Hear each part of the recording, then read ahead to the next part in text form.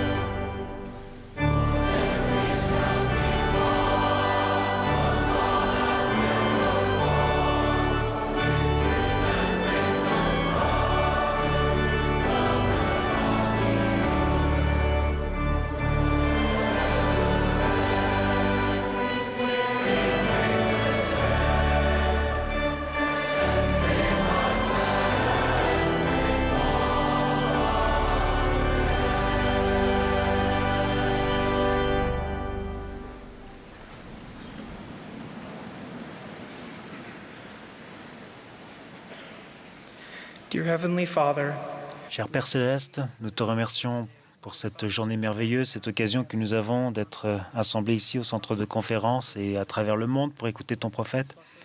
Bénis-nous afin que nos cœurs soient ouverts au message, que nous ressentions ton esprit et aussi que nous soyons édifiés et que nous puissions faire ton œuvre. Au nom de Jésus-Christ, Amen.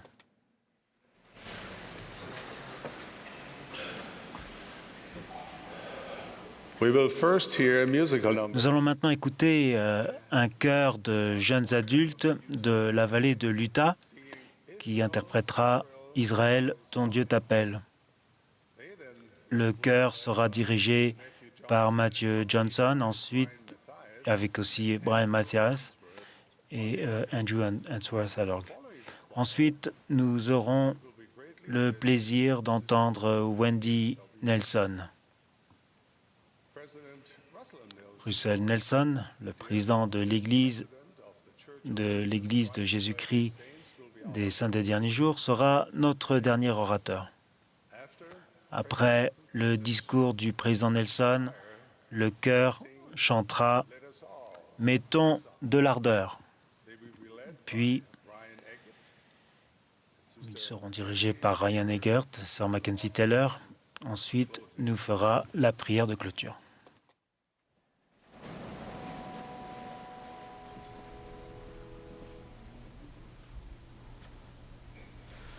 Israel, Israel, God is calling, calling thee from lands of woe. Babylon the great is falling, God shall all her towers o'erthrow. Come to Zion, come to Zion.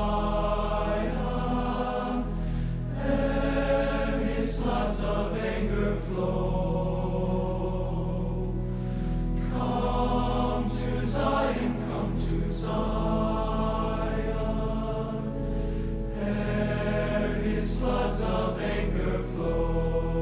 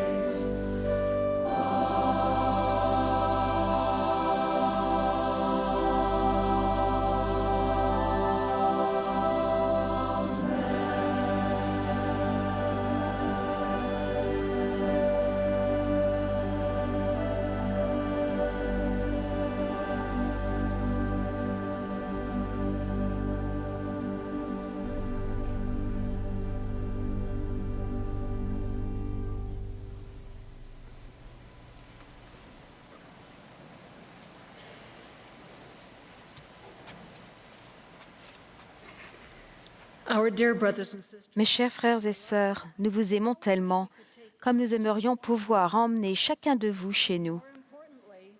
Par-dessus tout, nous prions pour que le Saint-Esprit vous enseigne quelque chose ce soir qui vous aidera à mieux vous préparer à rentrer dans votre foyer avec un grand F.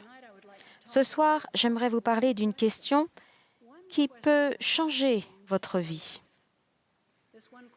Elle peut accroître votre assurance, diminuer votre anxiété, vous motiver, améliorer votre humeur et votre perspective de la vie, augmenter votre productivité et votre concentration, clarifier votre raisonnement, vous aider à résister à la tentation, à détecter la tromperie, augmenter votre reconnaissance, diminuer votre stress, augmenter votre capacité d'aimer et vous aider à prendre de meilleures décisions. Cette question vous apportera la joie, le réconfort, l'amour et la paix. Savez-vous comment je le sais? Parce que c'est exactement ce que 30 d'entre vous m'ont prouvé. Et je les crois. Ces jeunes adultes m'ont enseigné que lorsque l'on se pose cette question, cela permet d'avancer vers ce qui est vraiment important dans la vie, de faire les changements que l'on veut faire et même de se repentir véritablement. D'après eux, cette question peut vous donner la possibilité de voir comme jamais auparavant la main du Seigneur dans votre vie, la beauté de la terre et la bonté d'autrui. En bref, cette question peut vous relier à l'Esprit du Seigneur et à l'ADN divin dans votre esprit. Ainsi, elle vous apporte davantage de lumière et de vérité. Ces jeunes adultes m'ont aussi enseigné que cette question sera efficace, que votre vie est un rythme effréné ou non.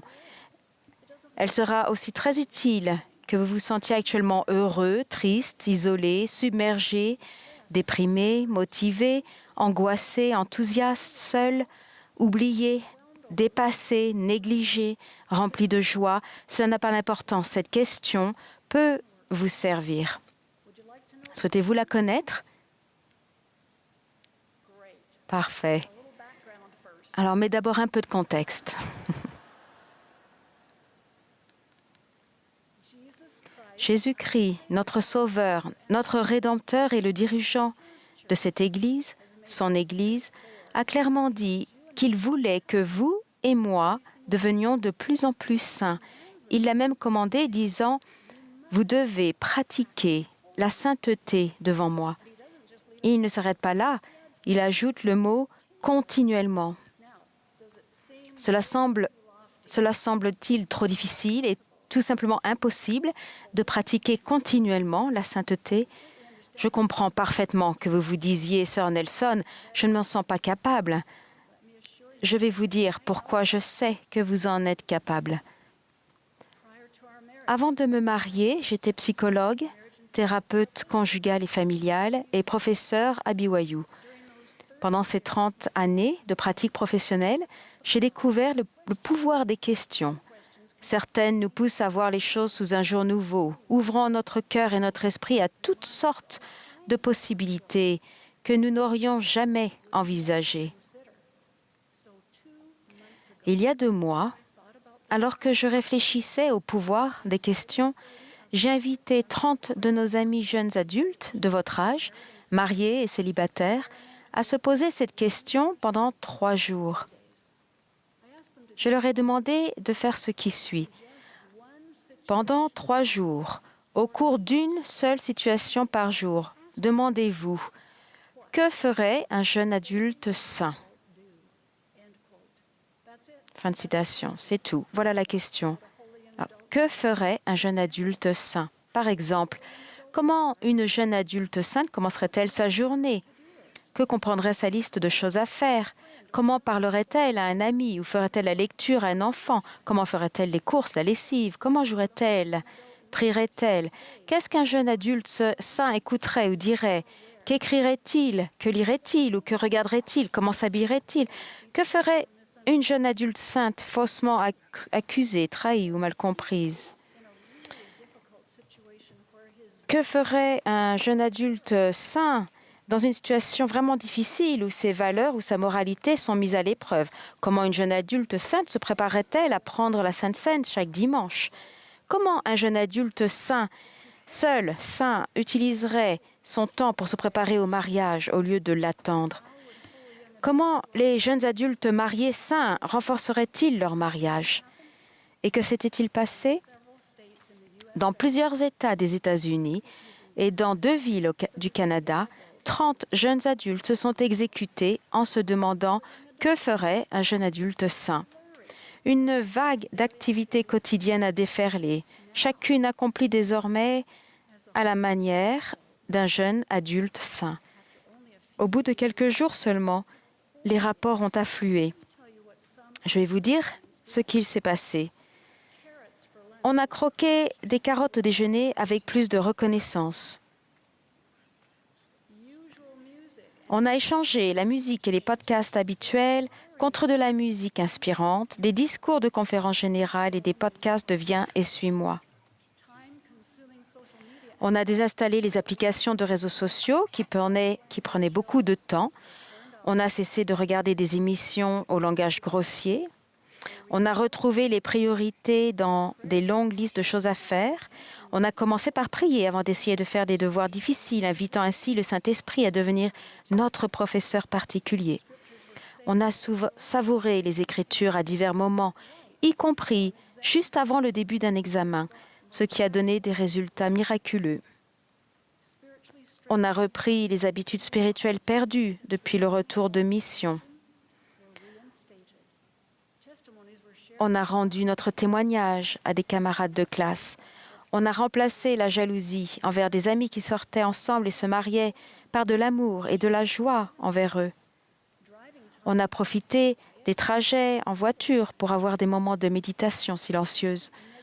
On a remplacé les pensées négatives persistantes en comptant les petites victoires et les nombreuses bénédictions. On a passé un coup de fil ou rendu visite plutôt que d'être sur nos appareils. On a passé plus de temps au temple et les maris ont fait plus de ménage.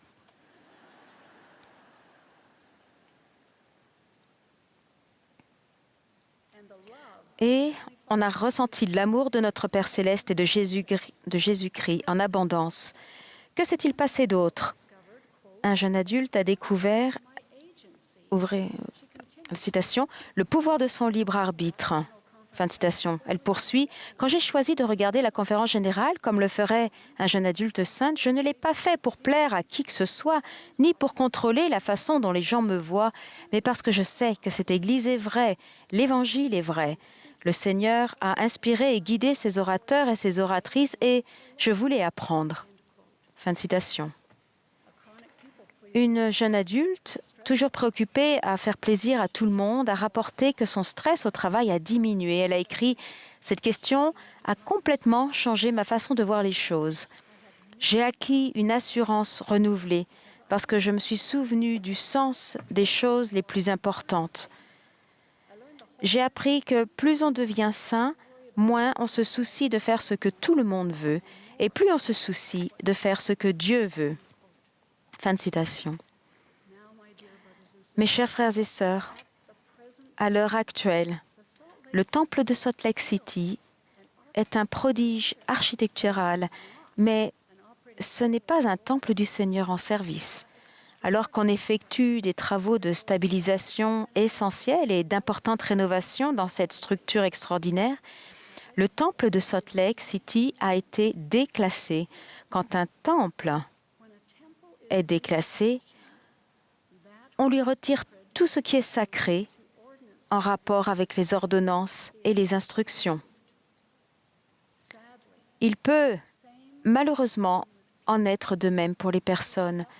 À cause des tourments de Satan, des mauvais choix et de la fréquentation de personnes vivant dans le grand et spacieux édifice, de nombreux jeunes adultes ont retiré le caractère sacré de leur vie.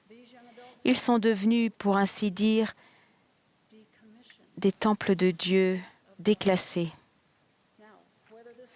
Quel que soit votre cas ou non, Que cela soit votre cas ou non, je vous invite à retrouver ou à augmenter le caractère sacré de votre vie en faisant exactement ce que le Seigneur a commandé, c'est-à-dire pratiquer continuellement la sainteté. Comme vos pères l'ont fait, vous pourriez commencer en vous demandant, pendant 3 jours, lors d'une seule situation particulière, que ferait un jeune adulte saint? Puis faites-le. Durant votre vie trépidante, si vous essayez d'être un peu plus saint jour après jour et que vous vous repentez rapidement lorsque vous commettez des erreurs, vous trouverez de la joie dans cette vie et la vie éternelle dans le monde à venir. Vous commencerez à ressentir exactement, d'une manière très profonde et inoubliable, ce que notre Sauveur Jésus-Christ a promis quand il a dit « Je suis capable de vous rendre saints ». Mes chers frères et sœurs, le président Nelson s'adressera à vous maintenant. Je vous témoigne, et je pourrais le faire devant n'importe quel tribunal de n'importe quelle nation sur terre, que Russell M. Nelson est le prophète que le Seigneur a choisi et instruit sur la terre aujourd'hui. Au nom de Jésus-Christ. Amen.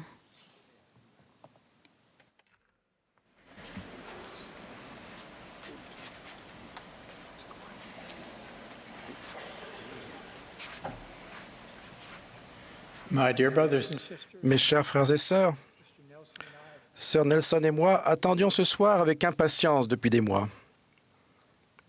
Ma femme Wendy est une femme d'une grande foi et d'une grande sagesse. Je vous recommande ses enseignements.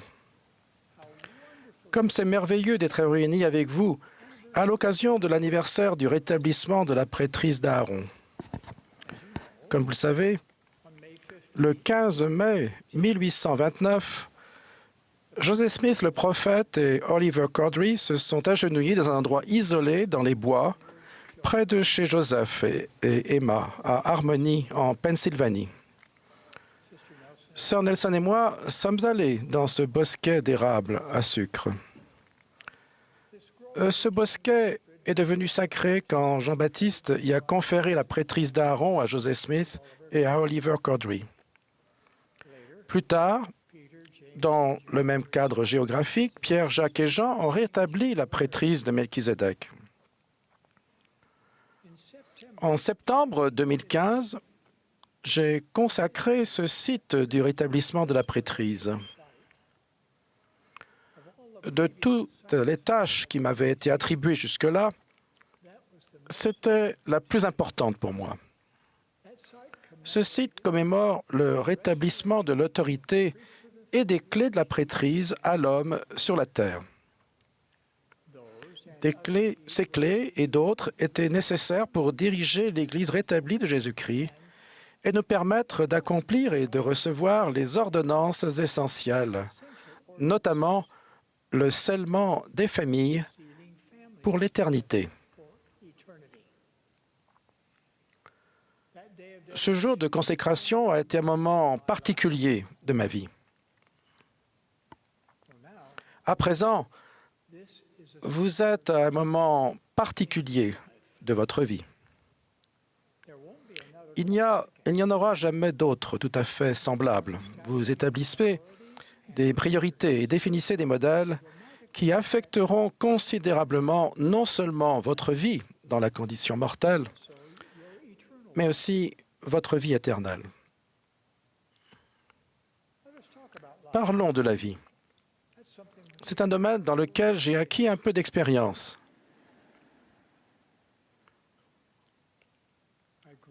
J'ai grandi pendant la Grande Dépression.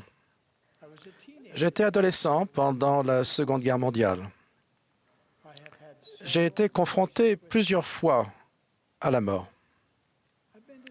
J'ai visité à plusieurs reprises 6 continents et je n'ai pas encore rencontré de peuple ou de culture que je n'ai pas trouvé inspirant.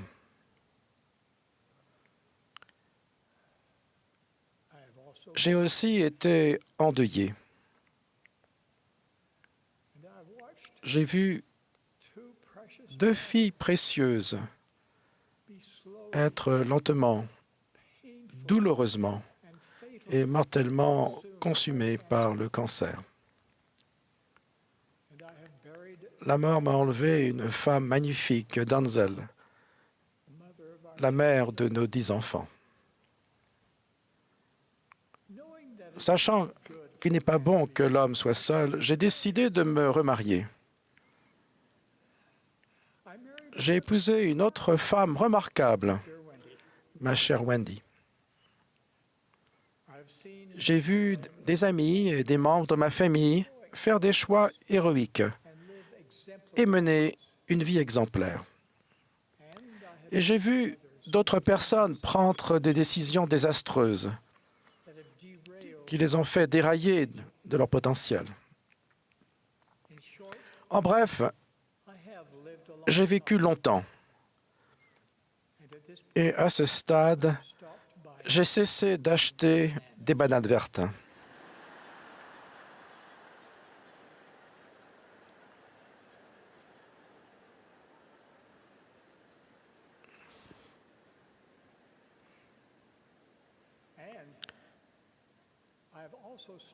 J'ai aussi cessé de passer du temps à des choses qui ne comptent pas. Mais vous comptez véritablement pour moi. Et votre avenir m'importe beaucoup. Ce soir, je veux donc vous parler de votre avenir. Je suis content que vous soyez venus ce soir. Et je remercie les musiciens qui ont commencé cette réunion sur un bon air. Ce soir, j'aimerais vous parler de votre futur. Sœur Nelson et moi avons récemment assisté à l'investiture d'un président d'université. Au cours de cet événement important, j'ai pensé aux innombrables enseignants du monde entier qui se consacrent à instruire des hommes et des femmes de votre âge. L'instruction est une chose très importante. Je considère que c'est une responsabilité religieuse. La gloire de Dieu, c'est l'intelligence. Cependant, il y a une différence majeure entre les responsabilités des enseignements profanes et ma responsabilité de doyen des apôtres sur la terre. Leur tâche est de vous instruire et de vous préparer pour votre expérience mortelle, c'est-à-dire vous expliquer comment réussir dans ce que vous accomplissez sur terre. Ma responsabilité est de vous instruire et de vous préparer aussi pour votre expérience immortelle, c'est-à-dire vous expliquer comment obtenir la vie éternelle. Les enseignements des meilleures institutions d'enseignement supérieur ont des limites, parce que l'instruction profane ignore généralement 3 vérités d'une grande importance qui sont rarement abordées. Premièrement, chacun de nous va mourir. Deuxièmement, grâce à Jésus-Christ, chacun de nous ressuscitera et deviendra immortel. Et troisièmement, chacun de nous paraîtra devant Dieu au jour du jugement. Ces 3 vérités absolues doivent constituer le fondement de votre instruction spirituelle. Grâce au rétablissement de l'Évangile de Jésus-Christ dans sa plénitude, nous en savons beaucoup sur nos possibilités post-mortelles. Nous savons que la maison de notre Père a de nombreuses demeures. Nous savons que Dieu aime tellement ses enfants que, comme Dallin H. Oaks l'a enseigné, je cite, « Tous les enfants de Dieu, sauf quelques rares exceptions, obtiendront un royaume de gloire. » Fin de citation. Réfléchissez-y. Notre Père a créé des royaumes de gloire terrestres et célestes pour offrir à ses enfants un lieu glorieux. Mon but ce soir est de m'assurer que vos yeux sont grands ouverts à la vérité, que cette vie est vraiment le moment où vous pouvez décider du genre de vie que vous voulez mener pour toujours.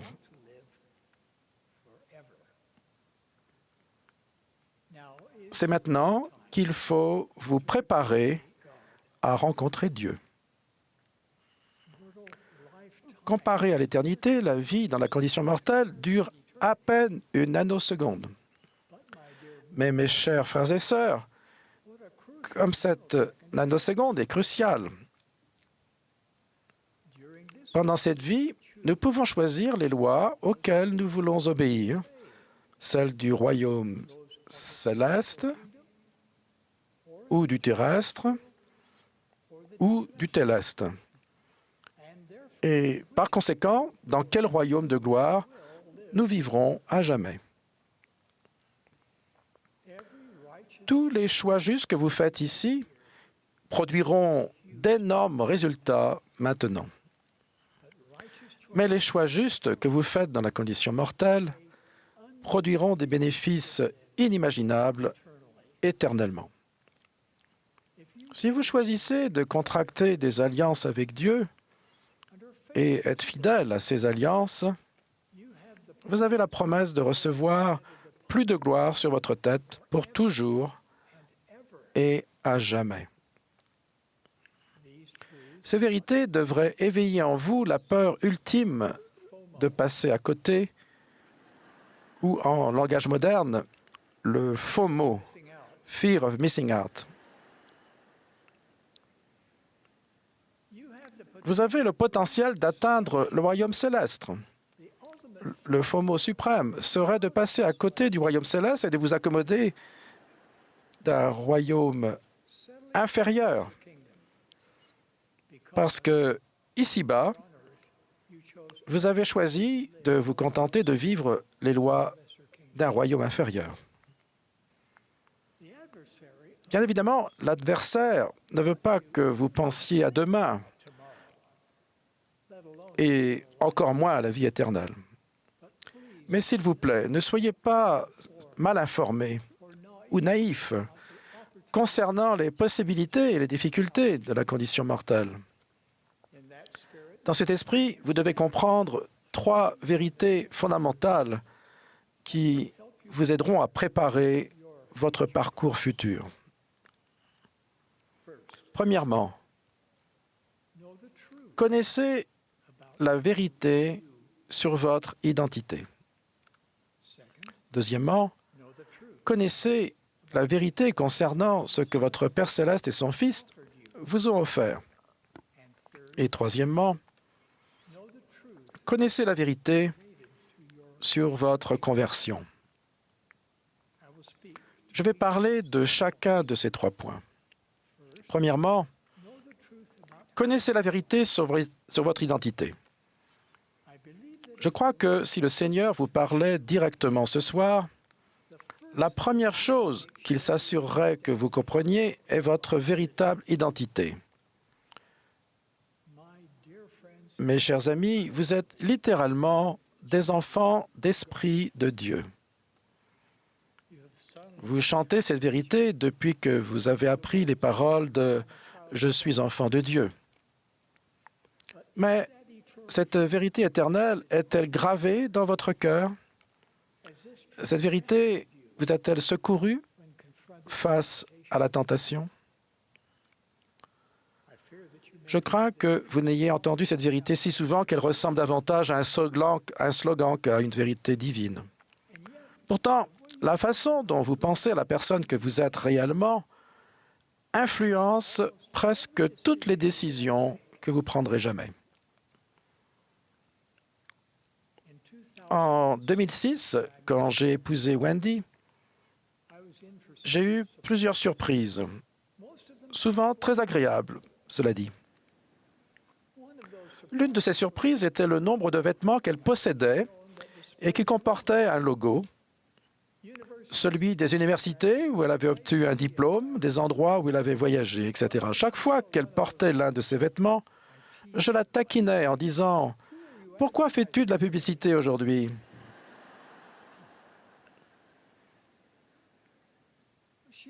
Elle m'a invité à en faire autant.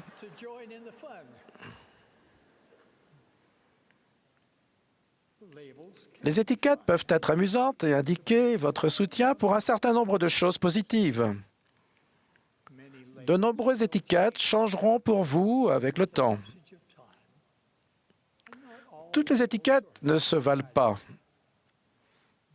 Et si une étiquette, quelle qu'elle soit, remplace vos qualificatifs les plus importants, les résultats peuvent être étouffants spirituellement. Par exemple, si je devais classer par ordre d'importance les titres qui peuvent s'appliquer à moi, je dirais, premièrement, je suis fils de Dieu, puis fils de l'Alliance, puis disciple de Jésus-Christ et membre dévoué de son Église rétablie. Ensuite viendraient mes titres honorés de mari et de père, puis d'apôtre du Seigneur Jésus-Christ. Toutes les autres étiquettes que j'ai portées, telles que médecin, chirurgien, chercheur, professeur, lieutenant, capitaine, titulaire d'un doctorat américain, etc., se trouveraient quelque part plus loin dans la liste. Maintenant, je vous retourne la question. Qui êtes-vous? En tout premier lieu, vous êtes un enfant de Dieu. Deuxièmement, en tant que membre de l'Église, vous êtes un enfant de l'Alliance. Et troisièmement, vous êtes un disciple de Jésus-Christ. Ce soir, je vous supplie de ne pas remplacer ces trois identifiants primordiaux et immuables par d'autres, parce que cela pourrait entraver votre progression ou vous reléguer dans un stéréotype qui pourrait potentiellement contrarier votre progression éternelle. Par exemple, si l'on vous identifie principalement comme étant américain, ceux qui ne sont pas américains peuvent penser qu'ils savent tout ce qu'il y a à savoir sur vous et vous attribuer des croyances erronées. Si vous vous identifiez par votre affiliation politique, vous serez instantanément considéré comme ayant certaines croyances, bien que je ne connaisse personne qui croit tout ce que son parti politique préféré accepte à un moment donné. Nous pourrions continuer indéfiniment en passant en revue les contraintes des diverses étiquettes que nous mettons sur nous-mêmes et que d'autres personnes collent sur nous. Certains pourraient me qualifier de vieil homme. Mais je suis beaucoup plus jeune que ne l'étaient Adam et Noé.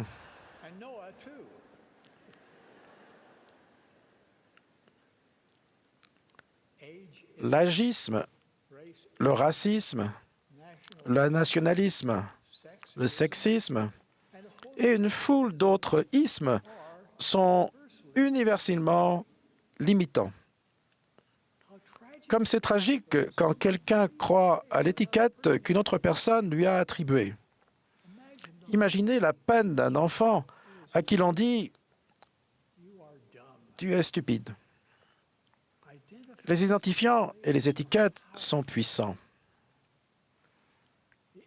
L'adversaire se réjouit des étiquettes parce qu'elles nous divisent et restreignent ce que nous pensons de nous-mêmes et des uns des autres. Comme c'est triste quand nous accordons plus d'honneur aux étiquettes qu'aux personnes. Les étiquettes peuvent conduire au jugement et à l'animosité. Tous les sévices ou les préjugés envers quelqu'un d'autre en raison de sa nationalité, de sa race, de son orientation sexuelle, de son sexe, de son niveau d'études, de sa culture ou d'autres identifiants importants sont offensants pour notre Créateur.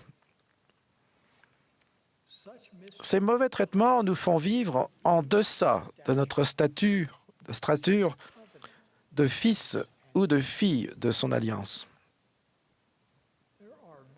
Il y a différentes étiquettes qui peuvent être très importantes pour vous, bien sûr. Veuillez ne pas mal interpréter mes paroles. Je ne dis pas que d'autres titres identifiants ne sont pas importants. Je dis simplement qu'aucun identifiant ne doit supplanter ou remplacer ces 3 titres durables.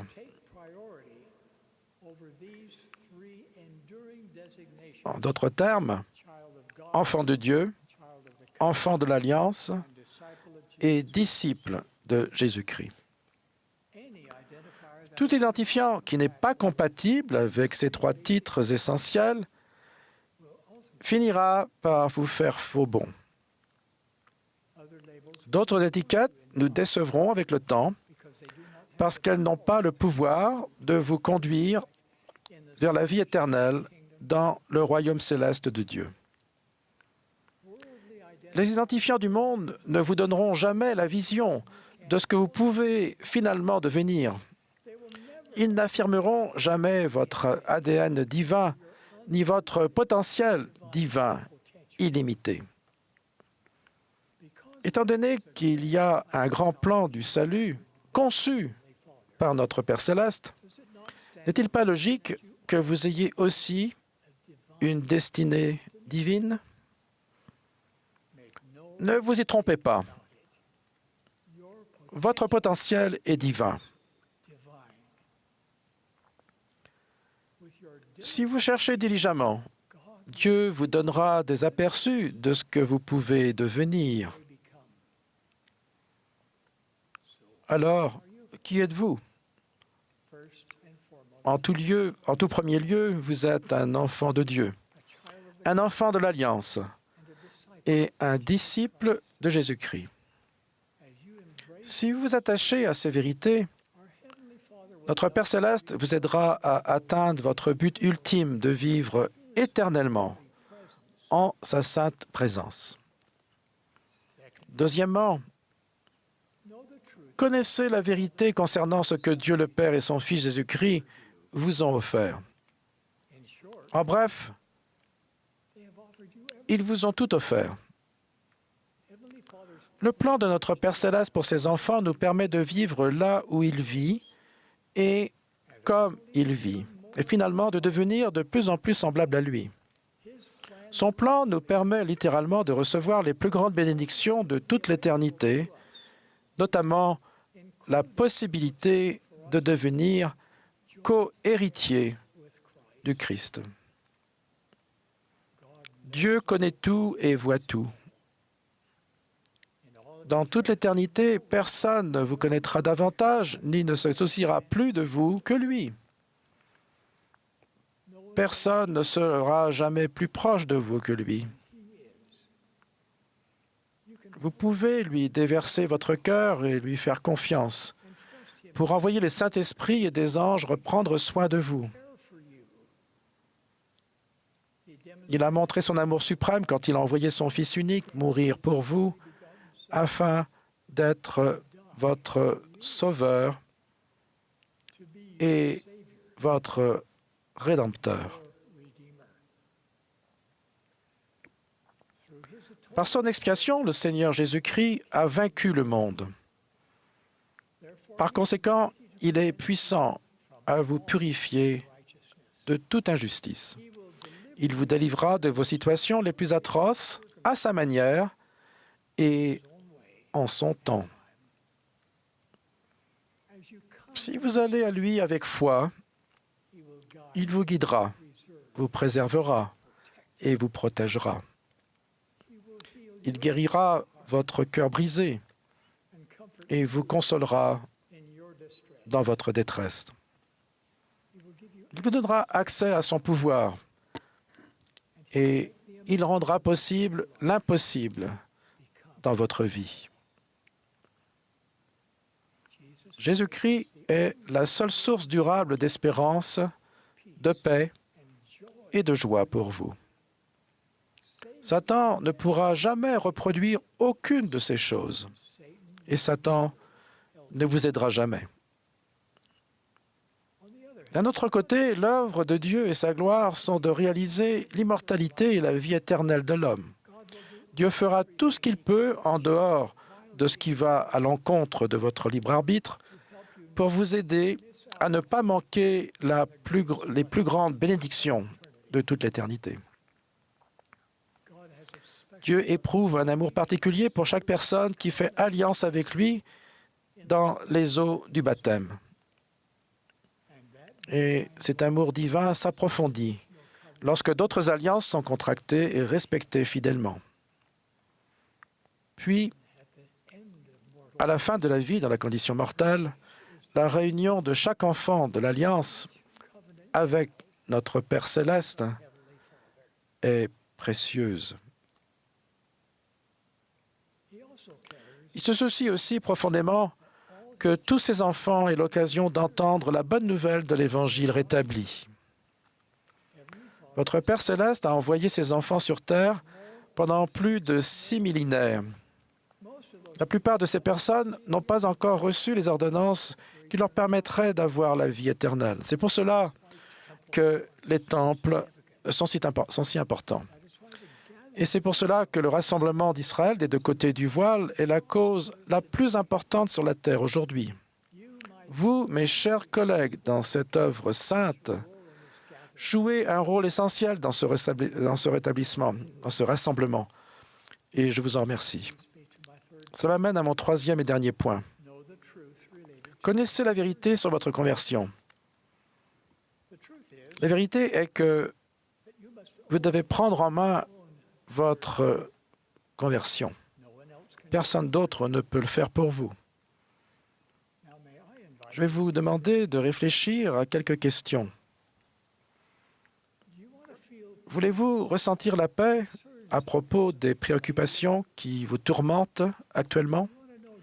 Voulez-vous mieux connaître Jésus-Christ? Voulez-vous apprendre comment son pouvoir divin peut guérir vos blessures et vos faiblesses? Voulez-vous sentir le pouvoir doux et apaisant de l'expiation de Jésus-Christ agir dans votre vie?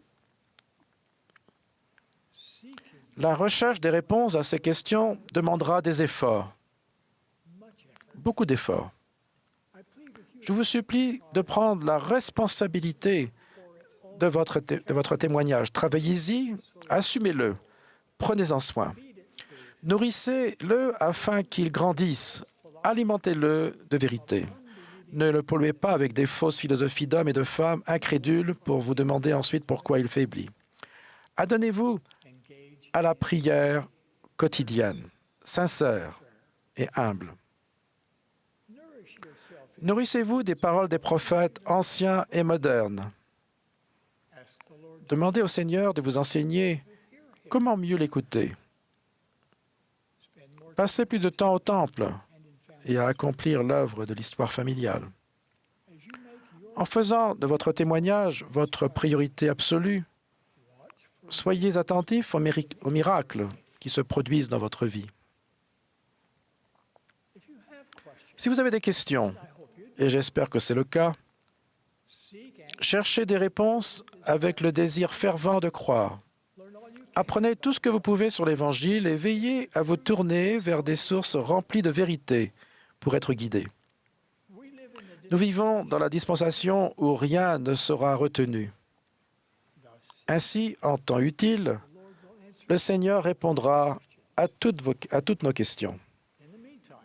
En attendant, plongez-vous dans le riche réservoir de révélations que nous avons à portée de main. Je vous promets que cela fortifiera votre témoignage, même si certaines de vos questions ne trouvent pas encore de réponse. Vos questions sincères, posées avec foi, mèneront toujours à une plus grande foi et à davantage de connaissances. Si vos amis et votre famille s'éloignent de l'Église, continuez de les aimer. Ce n'est pas à vous de juger le choix d'autrui, pas plus que vous ne méritez d'être critiqué pour votre fidélité. Maintenant, s'il vous plaît, suivez le conseil que je vous donne. Ne vous laissez pas égarer par les personnes dont les doutes sont nourris par des choses que vous ne pouvez pas voir dans leur vie. Surtout, faites voir à vos amis sceptiques à quel point vous aimez le Seigneur et son Évangile. Surprenez leur cœur qui doute par la foi qui est dans le vôtre. Si vous prenez la responsabilité de votre témoignage et le faites grandir, vous deviendrez un instrument plus puissant entre les mains du Seigneur. Vous serez inspiré par une meilleure cause, la cause de Jésus-Christ. Rien de ce qui se passe sur cette terre n'est plus important que de rassembler Israël pour lui. Dites à votre Père céleste que vous voulez aider. Demandez-lui de vous mettre au travail dans cette cause glorieuse. Puis observez et émerveillez-vous de ce qui se passe lorsque vous laissez Dieu prévaloir dans votre vie. Mes chers jeunes amis, je vous aime, je vous remercie, je crois en vous. En tant que prophète du Seigneur, je vous bénis pour que vous connaissiez la vérité sur votre identité et pour que vous chérissiez ce qu'est véritablement votre potentiel glorieux. Je vous bénis pour que vous preniez la responsabilité de votre témoignage. Et je vous bénis pour que vous ayez le désir et la force de respecter vos alliances. Je vous promets que si vous le faites, vous progresserez spirituellement. Vous serez libéré de la peur et acquerrez une assurance que vous pouvez à peine imaginer maintenant. Vous aurez la force d'exercer une influence positive bien au-delà de vos capacités naturelles. Et je vous promets que votre avenir sera plus exaltant que tout ce que vous pouvez croire actuellement. Je prononce ces bénédictions sur vous et vous exprime à nouveau ma reconnaissance et mon amour pour chacun d'entre vous. Au nom sacré de Jésus-Christ. Amen.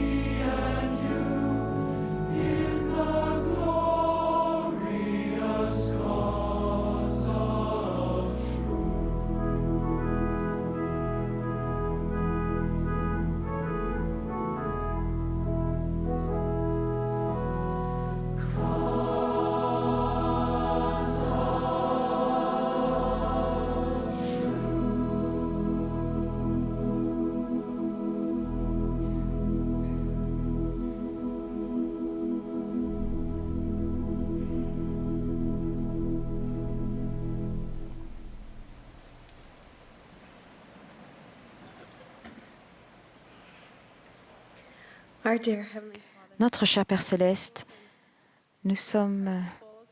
notre cœur est humble et plein de reconnaissance pour cette occasion de nous rassembler aujourd'hui pour entendre la voix d'un prophète. Nous sommes reconnaissants pour le prophète président Nelson et pour sœur Nelson et pour les paroles que nous avons entendues ce soir. Merci pour tous ces sentiments que nous avons reçus. Nous prions, Père, que nous puissions garder tous ces enseignements que nous avons entendus sur la nature divine, que nous puissions faire de notre mieux pour retourner auprès de toi un jour. Nous sommes reconnaissants pour ton Fils Jésus-Christ. Nous l'aimons tellement et nous disons ces choses au nom de Jésus-Christ. Amen.